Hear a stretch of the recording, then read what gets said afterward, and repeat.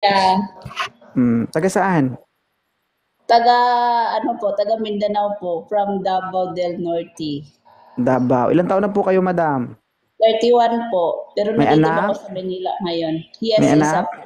Isa. Yes po. Naghahanap? Opo, Malaki, if maliit? available.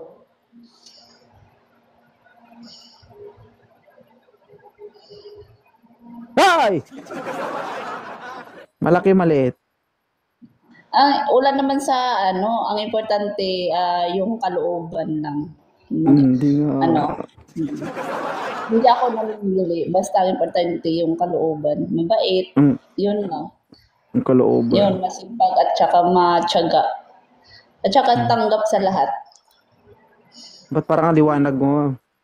Hindi kaya katabi mo sa San Pedro dyan? Siyempre. Tingin sa kaliwa kanan kapag may manok. Nako, magtaka ka na. Sige, dalay. Si San Pedro, katabi mo. Tapos ang tawag. San Pedro? Zero. Ano manok yun?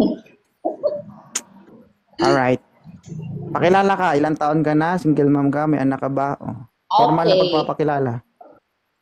Okay. My name is Chailis Navarro. I'm 31 years old. Also, I am single.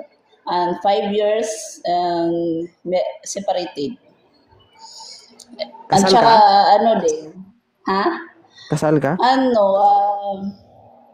opo, pero parang ano lang, yung kumbaga nangyari sa akin, Kuya Lods, open lang ha, para kasi ito sa lahat eh. Kumbaga, parang hindi ko siya type, pero pinakasal ako ng magulang ko sa lalaki. Hanggang nakasal kami, parang habang tumatagal, nagugustuhan siya, parang napamahal na ako sa kanya. Nung dumating yung time na nasa Saudi na po ako, parang magulang ko na din ang umayaw sa kanya, parang pinaghiwalay na po kami. Tapos Ayun, nakipag-iwalay ka rin. nagsimula. Pagdating ko dito sa Pilipinas, wala na kaming communication. Yun ang Mm. hirap eh. Pero I would like to say sorry, Madam Chai Navarro. Yes Kasi po. gugustuhin ko man, pero sa mata ng Diyos, sa mata ng batas, may asawa ka pa rin. Unless Mm. you are annulled. Okay? Kung gusto mo mong maganap, pa-annulled ka. Kasi pag naka-annulled ka dito, Tama. Yes po. may masasaktan tayo. Mm. And you know I am a public servant.